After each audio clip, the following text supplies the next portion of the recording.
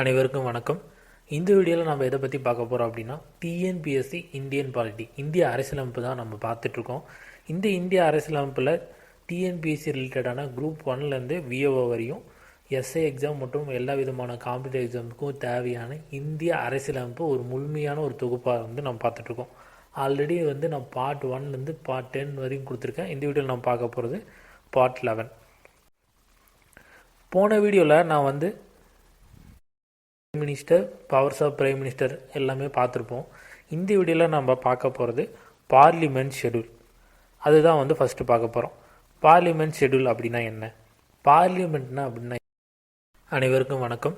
இந்த வீடியோவில் நம்ம எதை பற்றி பார்க்க போகிறோம் அப்படின்னா டிஎன்பிஎஸ்சி இந்தியன் பாலிட்டி இந்திய அரசியலமைப்பு தான் நம்ம பார்த்துட்ருக்கோம். இந்த இந்திய அரசியலமைப்பில் டிஎன்பிஎஸ்சி ரிலேட்டடான குரூப் 1லேருந்து V.A.O வரையும் எஸ்ஐ எக்ஸாம் மற்றும் எல்லா விதமான காம்படிட்டிவ் எக்ஸாமுக்கும் தேவையான இந்திய அரசியலமைப்பு ஒரு முழுமையான ஒரு தொகுப்பாக நம்ம பார்த்துட்ருக்கோம். ஆல்ரெடி நான் பார்ட் 1லேருந்து பார்ட் 10 வரையும் கொடுத்துருக்கேன். இந்த வீடியோவில் நம்ம பார்க்க போகிறது பார்ட் 11. போன வீடியோவில் நான் minister, powers of prime minister எல்லாமே பார்த்துருப்போம்.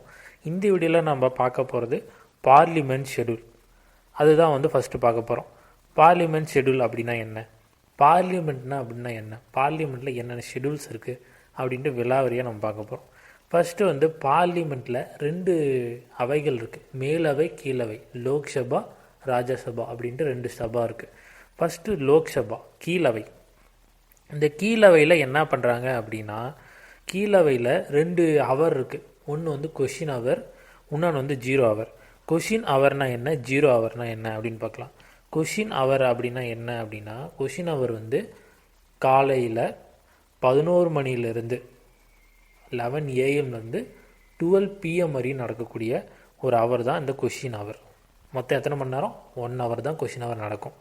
அதுக்கு அந்த கொஷின் அவரில் என்னென்ன பண்ணுவாங்க, எதை பற்றி டிஸ்கஸ் பண்ணுவாங்க அப்படின்னா, பட்ஜெட் பற்றி, அடுத்து பட்ஜெட் பற்றி டிஸ்கஸ் பண்ணுவாங்க. அப்புறம் பிரசிடெண்ட் அந்த கொஷின் அவரில் பேசுவார். அவர் பேசி தொடங்கி வைப்பார். அடுத்து 0 அவர். இந்த 0 அவர் எப்போ நடக்கும் அப்படின்னா 12 PM - 1 PM வரையும் நடக்கும். இது 1 hour தான் நடக்கும். இந்த 0 அவரில் எதை பற்றி டிஸ்கஸ் பண்ணுவாங்க அப்படின்னா, கரண்ட் அஃபேர்ஸ் பற்றி, நடப்பு நிகழ்வுகள் பற்றி டிஸ்கஸ் பண்ணக்கூடியது இந்த 0 அவரில் தான். லோக்சபாவில் மொத்தம் 2 அவர் இருக்குது. ஒன்று கொஷின் அவர், இன்னொன்று 0 அவர். இது லோக்சபா கீழவையில்.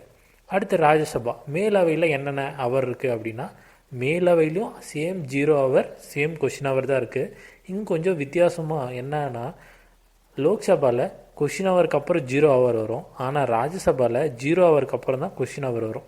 இது நீங்கள் ஞாபகம் வச்சுக்கணும். இந்த ராஜ்யசபாவில் 0 அவர் எப்போ நடக்கும்னா 11 AM - 12 AM வரையும்.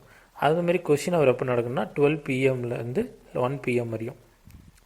லோக்சபாவில் இங்கே PMனு கொடுத்துருக்கேன், சாரி அது மாற்றிக்கோங்க, அது AM. ஓகேங்களா? இப்போ நம்ம பார்லிமெண்ட் ஷெடியூல் பார்த்தாச்சு. அடுத்து நம்ம பார்க்க போகிறது பார்லிமெண்ட்டில் ஷெடியூல் இருக்கக்கூடிய கொஷின் அவர் அப்படின்னா என்ன அப்படின்னு பார்க்க போகிறோம். கொஷின் அவரில் மொத்தம் 3 இருக்குது. அது என்னென்ன அப்படின்னா, starred question, unstarred question, short notice question அப்படின்ட்டு 3 கொஷின்ஸ் இருக்குது. அது என்னென்ன கொஷின் அப்படின்னு பார்க்கலாம். ஸ்டேர்டு கொஷின் அப்படின்னா என்ன அப்படின்னா, ஸ்டேர்டு கொஷின் என்பது நடித்தார் வினா அப்படின்னு தமிழில் சொல்லுவாங்க. இது என்ன அப்படின்னா, இப்போ ஒரு கொஷின் கேள்வி பார்லிமெண்ட்டில் ஒரு எம்பி இன்னொரு எம்பியை பார்த்து ஒரு கேள்வி கேட்குறாரு அப்படின்னா, அந்த எம்பி இப்போ நான் உங்களை பார்த்து ஒரு கேள்வி கேட்குறேன் அப்படின்னா, நீங்கள் உடனே என்கிட்ட என்னோடய கேள்விக்கான பதிலை உடனே நீங்கள் சொல்லுவீங்க வாய் வழியாக.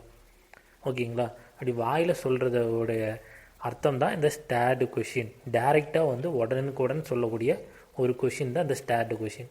அடுத்து அன்டேர்டு கொஷின்னா என்ன, அன்ஸ்டேர்டு கொஷின் அப்படின்னா என்ன அப்படின்னா, இது எழுத்துப்பூர்வமாக நீங்கள் உங்களுடைய பதிலை என்கிட்ட கொடுக்கணும்.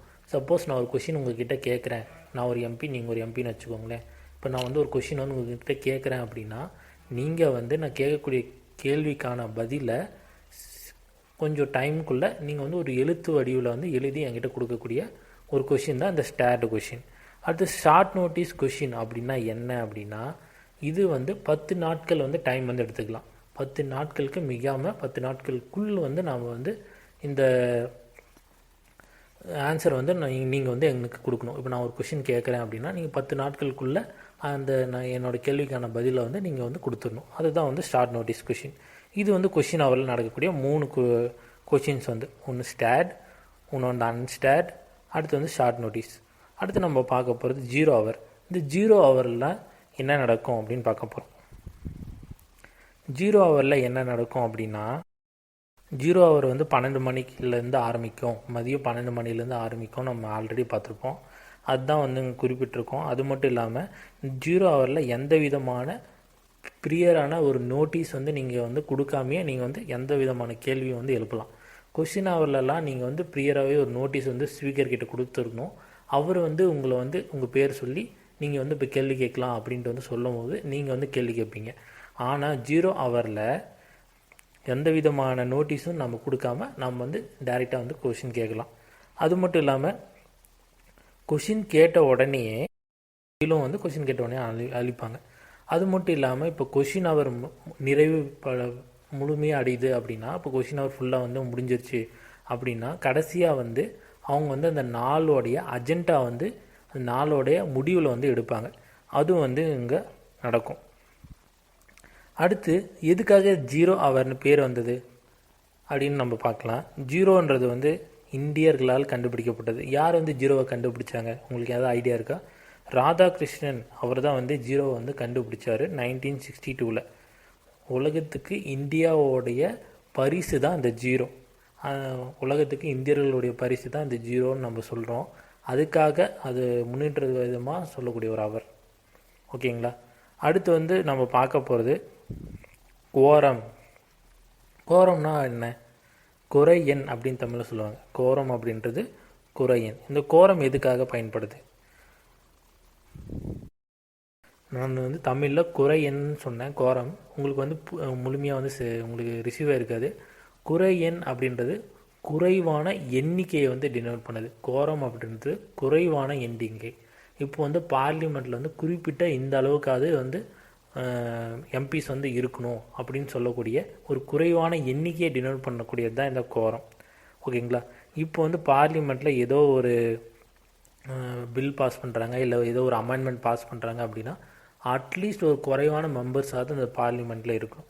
அது எத்தனை பேர் இருக்கலாம் அப்படின்னா, ப்ரெசிடிங் ஆஃபீஸரோடு இணைந்து ஒரு 10ல் ஒரு பங்கு 10 மெம்பர்ஸாவது வந்து இருக்கணும் அந்த அவையில்.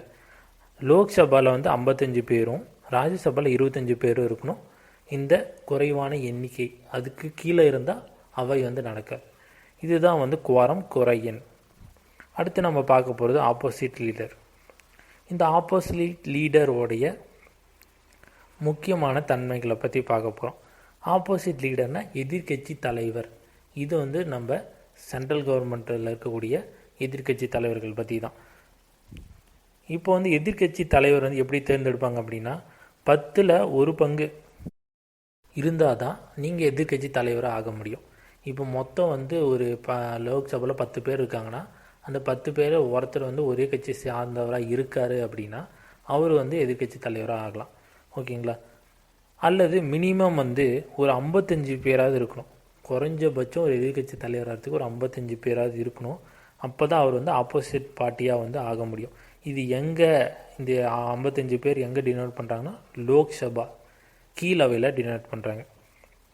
அது மட்டும் இல்லாமல் எதிர்கட்சி தலைவருக்கு என்னென்ன கொடுப்பாங்க அப்படின்னா, கேபினெட் மினிஸ்டரோடைய பவர் வந்து இவருக்கு கிடைக்கும். ஆப்போசிட் பார்ட்டியோடைய பவர் வந்து கிடைக்கும். எதிர்கட்சி தலைவருக்கு வழியான பவரும் கிடைக்கும். அது மட்டும் இல்லாமல் சாதாரணமாக இருக்கக்கூடிய மினிஸ்டர்ஸ், எம்பிஸ்க்கு இருக்கக்கூடிய சேலரியோட எதிர்கட்சி தலைவருடைய சேலரி வந்து அதிகம். அது நீங்கள் ஞாபகம் வச்சுக்கோங்க.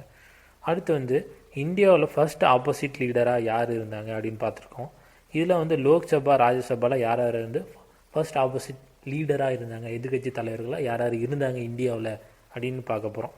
1969 ராம் சுபான் சிங் இவர் வந்து எதிர்கட்சி தலைவராக இருந்தார். ஆனால் இவர் இருக்கும் போதே வந்து என்ன ஆயிடுச்சு அப்படின்னா, இவர் வந்து இறந்துட்டார். 1977 Y.B. சவன் இவர் தான் வந்து ஃபர்ஸ்ட் அஃபிஷியல் லீடராக வந்து அறிமுகப்படுத்தப்பட்டார். ராம் சத்தர் சிங் வந்து கிடையாது. அதுக்கப்புறம் Y.B. சிங் தான் ஃபர்ஸ்ட் அஃபிஷியல் லீடர். அடுத்து ராஜ்யசபாவில் ஃபஸ்ட்டு வந்து 1969 ஷாம் நதன் மிஸ்ரா அவர் தான் எதிர்கட்சி தலைவராக போட்டாங்க. அவர் இல்லாதனால 1977 கமலாபதி திருப்பதி இவர் வந்து ராஜ்யசபாவுடைய எதிர்கட்சி தலைவராக இருந்தார். ஓகேங்களா. Total responsibility of parliament was Lok Sabha. அதாவது பார்லிமெண்ட்டோடைய மொத்த பொறுப்புகளும் யார்கிட்ட இருக்குது அப்படின்னா கீழவையில் தான் இருக்குது. லோக்சபா அவங்க தான் வந்து அதுக்குள்ளே பொறுப்புகள் வந்து வகிக்கணும். அடுத்து டோட்டல் கவர்மெண்ட் ரெஸ்பான்சிபிலிட்டி, சென்ட்ரல் கவர்மெண்ட்டோடைய மொத்த ரெஸ்பான்சிபிலிட்டி பொறுப்பும் வந்து யார்கிட்ட இருக்குது அப்படின்னா பிரைம் மினிஸ்டரும் பிரைம் மினிஸ்டர் கீழே இருக்கக்கூடிய கவுன்சில் ஆஃப் மினிஸ்டர்கிட்ட தான் இருக்குது. இந்த வீடியோவில் நம்ம வந்து ஷெடியூல், அதாவது பார்லிமெண்ட் ஷெடியூல் பற்றி முழுமையான ஒரு விளக்கத்தை வந்து பார்த்தோம். அடுத்த வரக்கூடிய வீடியோவில், நெக்ஸ்ட் வீடியோவில் நம்ம ஸ்பீக்கரை பற்றி பார்க்கலாம். ஸ்பீக்கர் வந்து எப்படி வந்து தேர்ந்தெடுக்கிறாங்க, அடுத்து கேஸ்டிங் ஓட்னா என்ன, மினிஸ்டர்னா என்ன, கேபினெட் மிஷின்னா என்ன அப்படின்னு ஃபுல்லாக வந்து நம்ம அடுத்து வரக்கூடிய வீடியோவில் பார்க்கலாம். இந்த தொடர்ச்சியான வீடியோக்களை வந்து நீங்கள் முழுமையாக பாருங்கள். அப்போ தான் உங்களுக்கு வந்து முழுமையான ஒரு விளக்கம் வந்து கிடைக்கும். இந்தியன் பாலிட்டி டிஎன்பிசி நம்ம எளிமையாக வந்து வெற்றி பெற முடியும். அத்துடன் உங்களது அடுத்த ஒரு வீடியோவில் சந்திக்கிறேன். உங்களோட இந்த விடைபெறுவது கலைராஜ். நன்றி, வணக்கம்.